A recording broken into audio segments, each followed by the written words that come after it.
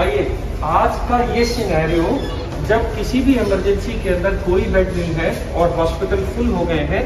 चलिए देखिए मरीज का इलाज कैसे कर सकते हैं। आइए,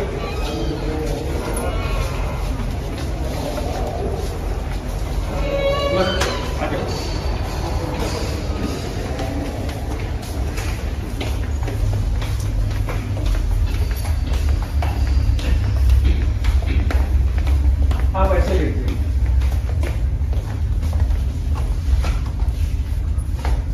आप।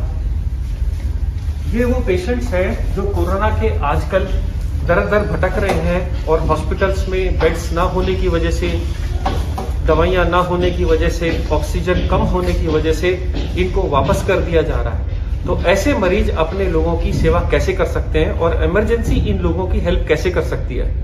आपने जनरली देखा होगा इमरजेंसी में 4 या 5 बेड रहते हैं। मैं उन सब डॉक्टर्स को जिनकी छोटी छोटी क्लिनिक्स हैं जहाँ पे एक छोटा सा भी बेड अवेलेबल है, वो इन मरीजों को कैसे अटेंड करें एक 5 मिनट में सिखाने की कोशिश करता हूँ। देखिए, जब भी आपने एक पेशेंट को अटेंडर के साथ लिटा दिया, अब आप इनके पास जाएंगे तो आप कोशिश करेंगे कि आप एक गाउन डालिए, इससे कि ये इन्फेक्शन आपको मत हो जाए। तो सबसे पहले गाउन डाल लेना है।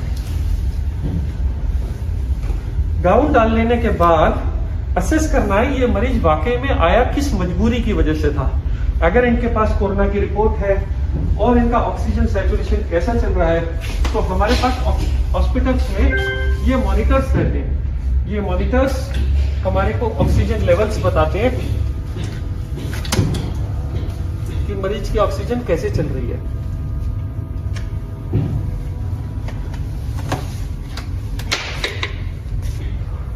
ये पल्स ऑक्सीमीटर प्रोब है जो आपको हॉस्पिटल में मिलता है। अगर आप देखिए, ये ग्राफ बनने के बाद एक वैल्यू आती है यहाँ पे, ये 100% ऑक्सीजन के साथ आया है। तो आपको ऐसी फैमिलीज को जो डर के मारे हॉस्पिटल आ रहे हैं, जिनकी ऑक्सीजन 90 से ऊपर है, उनको बताना है कि आप पहली बात खतरे में नहीं है और आप ऐसे मरीजों का घर पे आराम से इलाज कर सकते हैं जिनका भी ऑक्सीजन 90 से ज्यादा है। इन लोगों को ज्यादातर एक तो डर और एक खाना ना खाना, वोमिटिंग होना, डायरिया, मोशंस होना और सांस फूलने की तकलीफ होती है, खांसी की। तो सबसे पहले आप इन पेशेंट्स के अटेंडर को समझाना है कि आप मार्केट में मिलने वाले रेगुलर माउथ वॉशेस या घर में गर्म पानी के साथ नमक के साथ गरारे करिए। इसके बाद ये लोग क्योंकि कुछ भी नहीं खाते हैं, इसलिए आपको घर का बना हुआ नींबू पानी, शिकंजवी जिसमें विटामिन सी बहुत अच्छा होता है, या मार्केट में बने बनाए ORS आते हैं जो आप पिला सकते हैं। कोशिश करिए मरीज को 2-2 घंटे पे कुछ ना कुछ देते रहिए।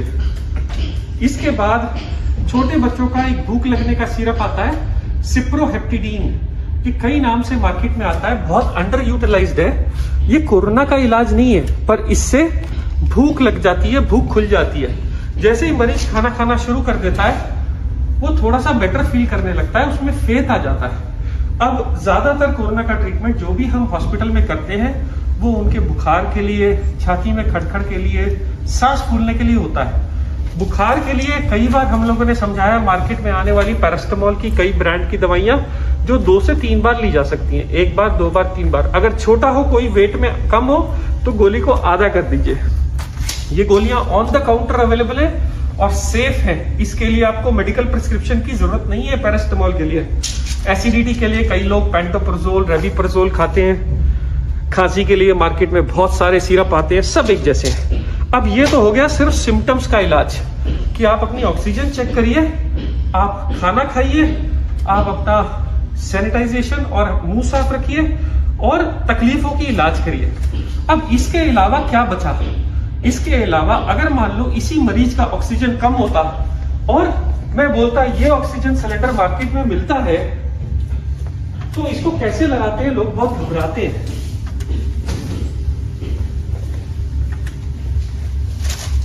अगर आप देखिए मार्केट में ऐसे ऑक्सीजन के मास्क आते हैं, ये मास्क मार्केट में आराम से मिल जाता है। ये मास्क में एक एंड एक पाइप रहता है और दूसरा एंड दूसरा पाइप रहता है। एक पाइप इस मास्क के साथ जुड़ जाता है, लो जुड़ गया। ये वाला पाइप आप ऑक्सीजन सिलेंडर के इस वाले एरिया में लगा सकते हैं। इसके बाद एक नॉब आती है और ये ऑक्सीजन कितने लीटर पे चलानी है ये सबके साथ ये बनाया आता है। जब भी आप लेते हैं तो आप ऑक्सीजन को पहले 2 या 3 लीटर पे खोलिए। इसके बाद आप देखिए इसमें हवा आ रही है कि नहीं। पेशेंट्स को आराम से लिटा के ये ऑक्सीजन मास्क आप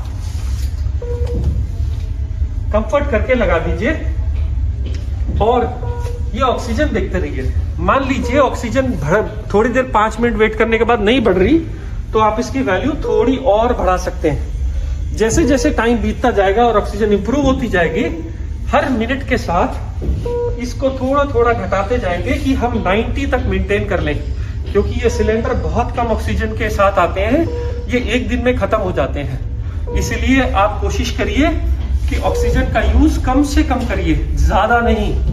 दूसरा, मार्केट में ये छोटे मॉनिटर्स आते हैं पल्स ऑक्सीमीटर बोल के। ये पल्स ऑक्सीमीटर सिर्फ एक बटन के साथ ऑन हो जाता है और ये एग्जैक्ट सेम रीडिंग देता है जो रीडिंग बड़ा मॉनिटर हॉस्पिटल में देता है।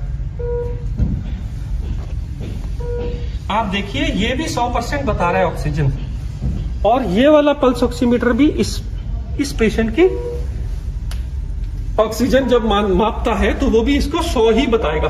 पर ये बताने में जब तक ये ट्रायंगल आते हैं फिर ये वैल्यू आनी शुरू होती है। देखिए, तो ये छोटे पल्स ऑक्सीमीटर बड़े पल्स ऑक्सीमीटर ऑलमोस्ट सेम तरह की इंफॉर्मेशन देते हैं। लोगों का सवाल ये है कि मार्केट में या तो ऑक्सीजन मिल नहीं रही और मिल रही है तो कम है, तो हम क्या करें। तो आप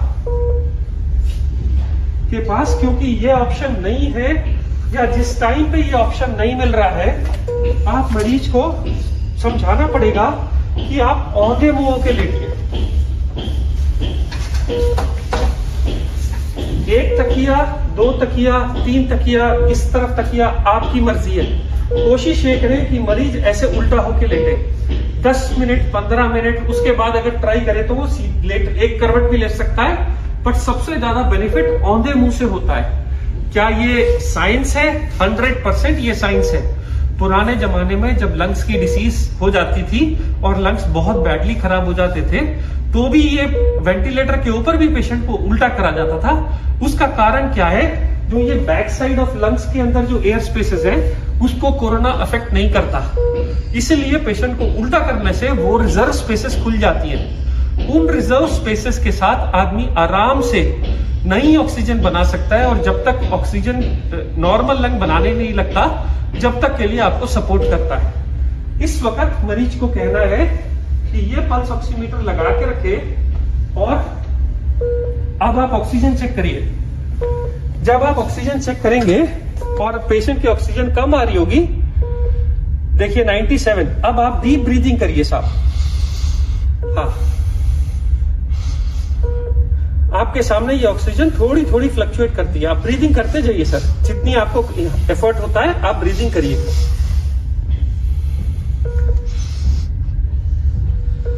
देखिए 97 से 98 हुआ, ब्रीदिंग करते जाइए सर थोड़ी थोड़े। 99 हुआ, और आप देखेंगे उल्टा लेटने से 5% तक का बेनिफिट हो जाता है। 95 वाली ऑक्सीजन कभी कभी 98, 99 तक पहुंच जाती है। सिर्फ बगैर ऑक्सीजन के एक दिन में आधे से 2 घंटा उल्टा लेटने से बहुत फर्क पड़ जाता है। पर लोग पूछेंगे क्या ये इनफ है, क्या इसके अलावा और कोई ट्रीटमेंट है? जी हाँ है।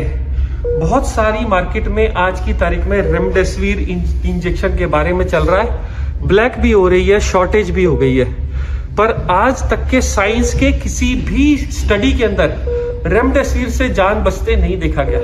फिर ये क्यों बिक रही है और क्यों दी जा रही है और क्यों अप्रूव हुई एफडीए के थ्रू?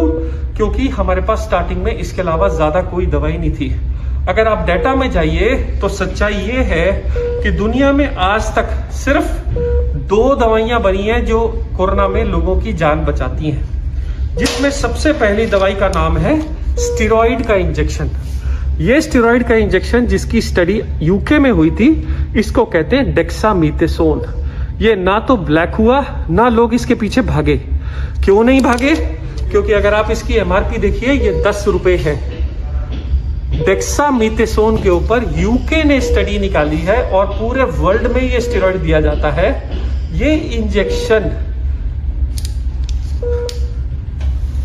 रेमडेसिविर से ज्यादा जान बचा रहा है, और ये मैं ऑन रिकॉर्ड बोल रहा हूं। रेमडेसिविर से ज्यादा इफेक्टिव ये इंजेक्शन है, पर ये सब मेडिकल गाइडेंस के अंडर ही दिया जाता है। इसलिए रेमडेसिविर के पीछे भागना छोड़िए, जो अवेलेबल है जिससे हम अपने लोगों की जान बचा सकते हैं, जो हमारे पास इंडिया में सस्ता अवेलेबल है, आप उसके साथ जाइए। तो बाकी दवाइयों का क्या हुआ? बाकी दवाइयां जो हाइड्रोक्सीक्लोरोक्विन, जो आइवरमेक्टिन बोल के दवाइयां आई थी, वो सारी दवाइयां फेल हो गई ट्रायल्स के अंदर और उनको अब कोई यूज नहीं कर रहा है। इसके अलावा 100 में 17 लोगों को सीरियस कोविड इंफेक्शन में क्लॉट्स बनने का खतरा रहता है। इसलिए उनको ब्लड थिनर का इंजेक्शन, एक क्लेक्सेन, या जो लोग घर चले जाते हैं डॉक्टर्स उनको ब्लड थिनर की टैबलेट दे देते हैं। ये ब्लड थिनर की टैबलेट्स 20 से 21 दिन तक दी जाती हैं और ये दवाइयां भी अंडर मेडिकल प्रिस्क्रिप्शन ही दी जाती हैं। जो लोग की ऑक्सीजन 93 से कम है, वही लोगों को इतने सब दवाइयों की जरूरत है। जो लोग नॉर्मल है, वो लोग नॉर्मल खाना या सिम्टोमेटिक ट्रीटमेंट से ही ठीक हो जा रहे हैं। स्टेरॉइड की जरूरत सिर्फ सेकेंड वीक में पड़ रही है। एक और चीज याद रखिए कि कोरोना की उम्र सिर्फ 14 दिन ही है। अगर आप 14 दिन जी गए तो आप कोरोना से जीत गए। अमूमन आदमी की उम्र 50-60 साल होती है। कोई रीजन नहीं है कि हम कोरोना से हार जाएं। अगर हम हाथ जोड़ ले, एक दूसरे की मदद करें, चीजें ब्लैक ना होने दें, और जो अवेलेबल संसाधन है आज हमारे पास, उसको यूज करें, तो हम सब ज्यादा से ज्यादा लोगों की जान बचा पाएंगे। मैं संजीव कुमार, सनशाइन हॉस्पिटल हैदराबाद से बोल रहा हूं।